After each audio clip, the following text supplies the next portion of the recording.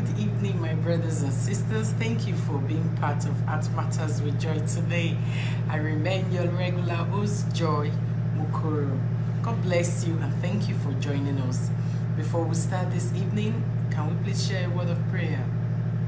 Almighty Father, King of Glory, we thank you for an opportunity to share your word. Almighty Father, we ask that you give us understanding as we talk this evening in the name of Jesus. Let there be enlightenment in all our discussion in the name of Jesus, and let it cause a positive change in every relationship and in every marriage, to the praise and glory of your name. In Jesus' mighty name we have prayed. Amen. Amen. Thank you once again for joining me. We are going to talk about a very interesting yet sensitive topic. It is cheating in relationship, cheating in marriage. Nobody likes to be cheated in marriage. Nobody likes to share their spouses. Nobody likes to say there is another person taking my place in the heart of my husband, of my wife, or of my partner. So we're going to talk about cheating in a relationship. I know the first thing that comes to anybody's mind when we say cheating is your spouse having a physical relationship with another person, either another woman or another man, as the case may be. But you will agree with me that cheating goes far beyond physical relationship. It goes far from being physical relationship. Cheating on your spouse can be on pornographic level. It can even be on emotional affairs.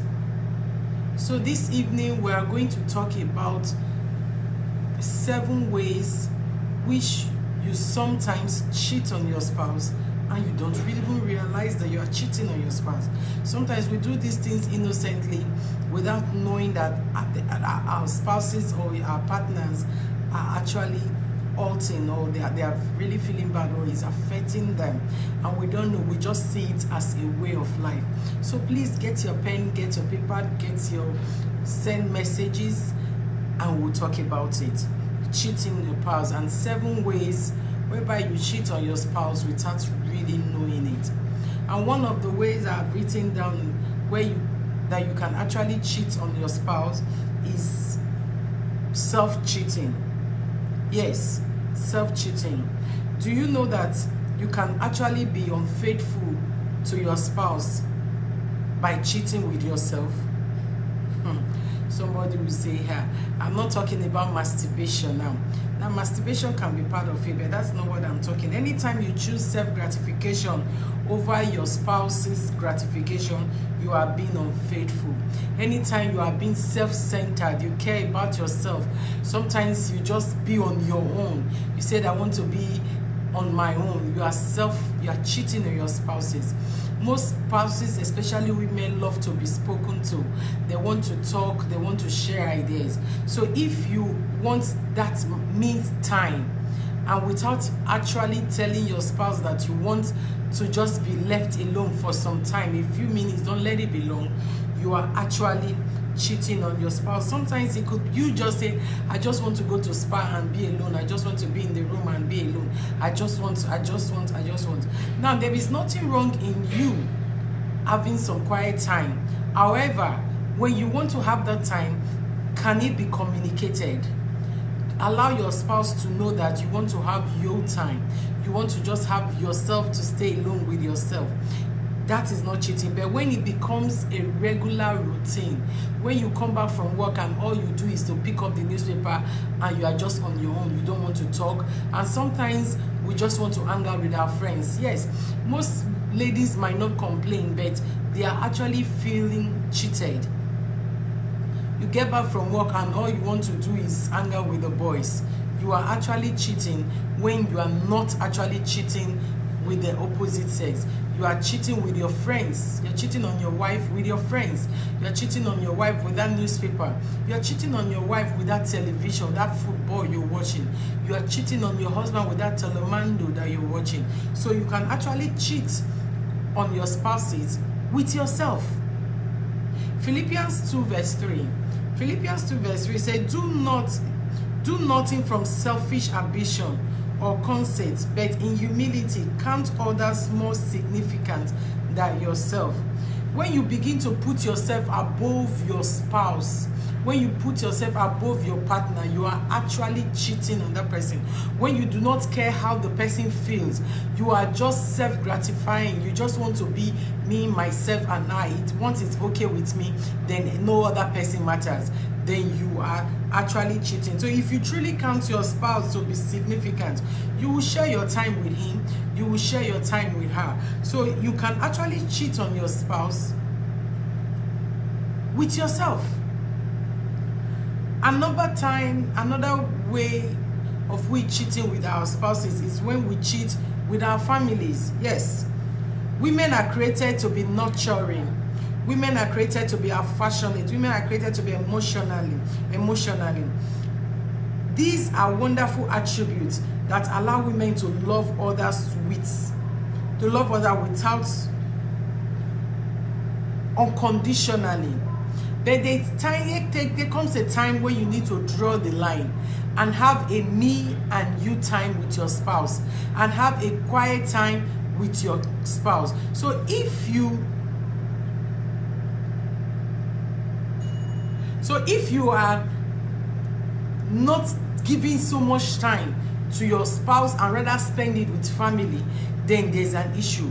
There's an issue that by the grace of God helped my husband and I to resolve, of a couple that the wife was complaining that every time the man gets back from work, all he does was to go and gist with his brother, was to go and gist with the mother, was to go, and she's feeling cheated. She's feeling it's that bad that sometimes she'll say, even when she said, okay, come, let us eat, you say, I'll rather eat with mama, I'll rather sit with mama, I will discuss with mama. And the woman haven't worked from morning to night. When she's not having company, what she does, she goes to the bed and sleep. So there is no companionship, there is no relationship, there is distance in their relationship, because even though there is no physical sexual intimacy with the family, but such a person is actually cheating on the wife with the family. It does not apply only to the men, even to women. So women goes, my child, my child, my child, my child, my children, my children, my job, my job. You are actually cheating your spouse, you're actually cheating your husband with your family. Your family are supposed to be additional blessings. Your family are supposed to spice up your relationship. They are not supposed to cause a strain in your relationship. So you know how to balance it. Apportion the time that your spouse needs to have, let him have it. And when your family need to have their time, let them have it. Do not rob your spouse intimate time with you because you are tending to family. And there's this big notion that people will say that you can lose your wife, you can lose your husband, but you cannot lose your family. We're not planning separation. In the bid of trying to gain your family, you can actually push your husband away, you can actually push your wife away. So you can actually cheat on your wife, on your husband, you can actually cheat on your partner with your family. If your family begins to take the #1 position in your life, if your family begins to take the #1 attention, if before you take any decision, you need to run back to your family, you are actually cheating and you are bruising the ego of your spouse. May God help us so that we will know how to manage it. #3 ways whereby we can actually cheat on our spouses without really knowing is safe daydreaming. Yes, daydreaming. You know, daydreaming can seem harmless. Most of us, if not everybody, once in a while daydream. You sit down and imagine yourself living a better life, or you imagine yourself doing those things that you actually visualizes in your head, and you actually sometimes you just sit and you just daydream. Yes, it is not bad, but it is bad when you start comparing that thing you are daydreaming about with your spouse. God bless you, Brother Akishola. God bless you, Ayodele. God bless you. I said daydreaming can seem harmless, especially if it does not involve sexual lust. Yes, but if you find yourself daydreaming about someone else or someone of the opposite sex that isn't your husband, now it is wrong. One of a typical example where we can daydream. Every woman loves to be pampered. If you are going out with your husband, you go out in the eatery and suddenly you see a couple just walked in, and the man pulled up the chair for his wife to sit, and you sat down to say, oh, my husband has never done this for me. And when it's time to go, you see him opening the door for the one to go in, and you begin to say, I wish my husband would do, without even talking about it. There is nothing wrong in you telling him, only sometimes open the door so I can sit. And sometimes you just sit at home and you start daydreaming, imagining yourself being with that man. Before you know, you start thinking about it, and then you start comparing your spouses. You start comparing your wife, you start comparing your husband with that person that you don't even know, that do not even know you, because there's no relationship. And sometimes some men go out to the restaurant, and have lunch and have dinner with their friends. Sometimes they're thrilled by the way the food were cooked, and they begin to wonder, oh, how which my wife can cook. And every time when she brings the food, the only thing that gets to their mind is Mama Iyabo's food. And before you know, you start lusting and start daydreaming and drift away from the presence of your wife. By so doing, you are cheating. One thing we will know is infidelity does not start automatically. It starts with the heart. It is when you begin to think about, ponder on it severally, you begin to strategize the ways of which to carry out. So most infidelity starts with the mind.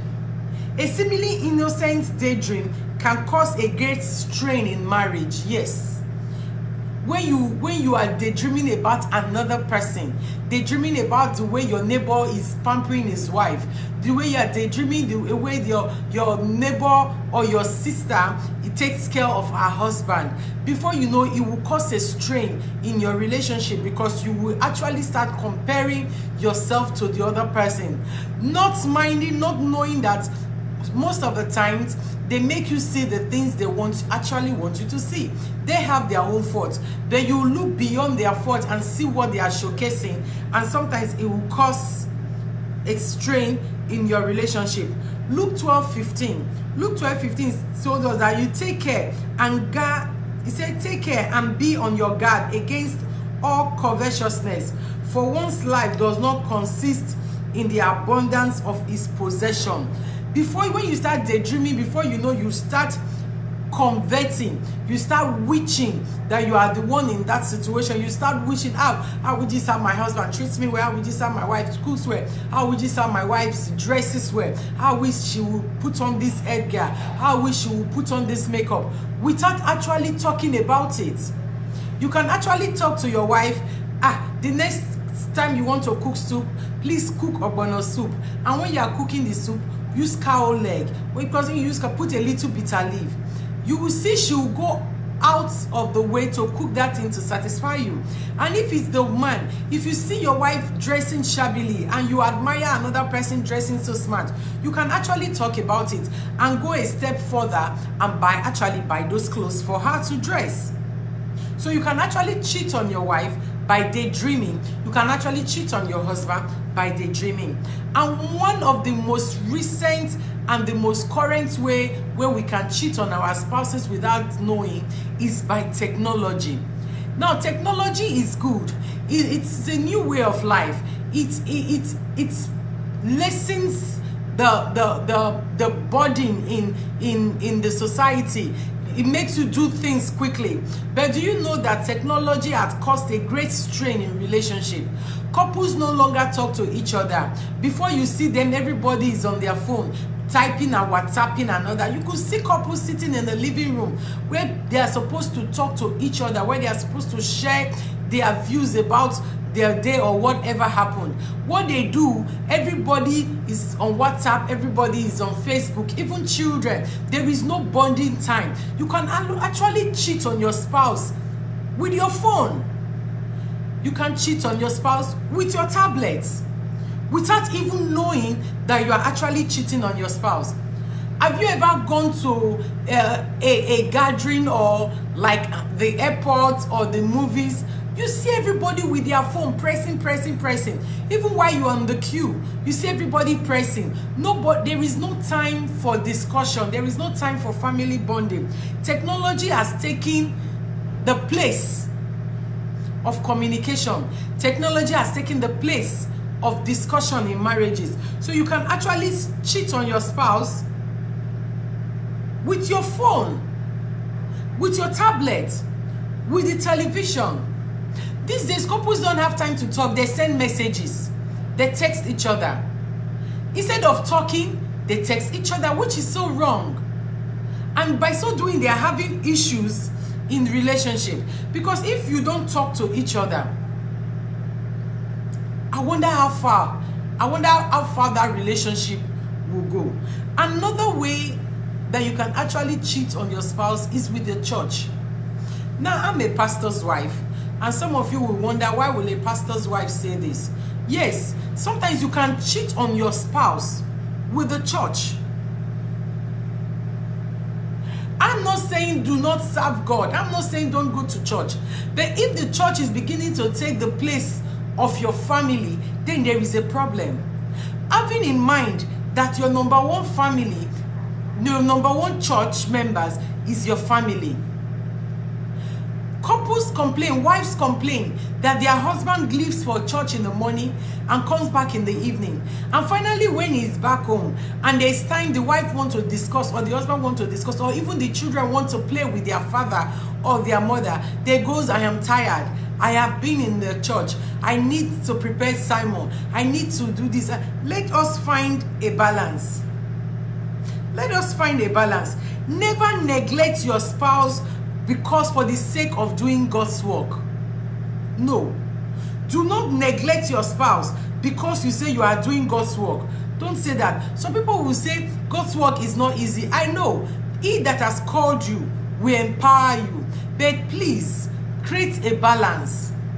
These days we hear of infidelity among pastors' wives or pastors and all that. It is mostly caused because of lack of intimacy. No time is being spent together. Everybody is doing their own time. Mommy, they only get to see themselves when they're in church. Yes, in as much as you are doing God's work, try and create a time to spend with your spouse. Create a time. Sometimes go out. Take lunch outside. Take dinner outside. Talk about it. Sometimes turn off your phone. Yes, in as you do God's work, when you are back home, even if it's 30 minutes, 1 hour, bond with your family, bond with your children, because they are your number one congregation. They are your number one church member. If you miss it in the family, then you have missed the work. I have seen somebody that said, if I cannot control my home, then I cannot control the church of God. So let's try and balance it. Sometimes in the bit of serving God, in the bit of doing ministry work, we are actually cheating on our spouses with church work. God will help us. Another way we can cheat on our spouses is financial infidelity. Financial infidelity. Now, regardless of whether you have a joint account or you have a single account, or whether, it is important that you be honest with one another as regards your money. It is important that your spouse will know what money is being spent on. It is important that your spouse will know what plans you have concerning the next month's salary. It does not matter if he is working and has his own money or she's working and have her own money. Both of you have decided to be one. And it is one in all things. That includes even your money. That includes even her money. hiding details of your purchase, hiding details of your income. How many women actually know how much their husband receives? I was opportune to talk to a man one day, and we're talking, and he said, no ma, I can't tell my wife how much I earn because her demands will be much. I don't know if women are the cause of this. Now, if you can tell your wife, you can actually tell your wife, this is how much I earn, but these are what this money are meant for. X percentage of the money will be saved for our children's school fees. The X percentage will be sent home for our parents, your parents and my parents. X percent will be used for the family upkeep. And X percent will just be used in case there is any emergency. Every faithful, dutiful woman will work with it. But if you are hiding your earnings, you are hiding how much you earn, she will actually think that you have so much and you are just being selfish.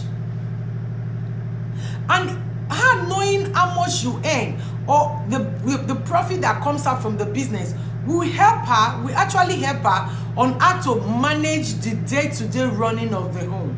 So you can actually cheat on your wife through hiding your finance.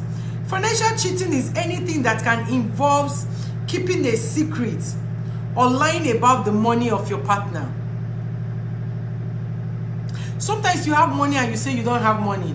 And do you know sometimes when you say you don't have money and she comes around, maybe while washing your clothes or somewhere, she sees some money in your pocket. Now trust is being broken. So let us not cheat on our spouses with even finance. Sometimes we do it without really knowing that we are actually cheating. And the fifth one, which is the where I would end this evening, it's verbal cheating. Somebody will say, Joy, how can I cheat on my wife verbally? Words can build somebody, and words can also break somebody. The words that you speak, you say to your spouse, can actually build him or break him, can actually build her or break her. The words you say to her can actually give her self-esteem, or it can actually demoralize her. The words you say in the heat of the moment cannot be taken back. The words you say can either boost your spouse's self-ego or can make him or her feel not wanted. What do you say? Do you say the right words to your spouse? Do you acknowledge their little efforts? Do you commend them when they do something nice? Or all you do is to criticize them, is to condemn them, is to see all the faults they do and never the right? If you do that, then you are cheating. Let's turn a new leaf.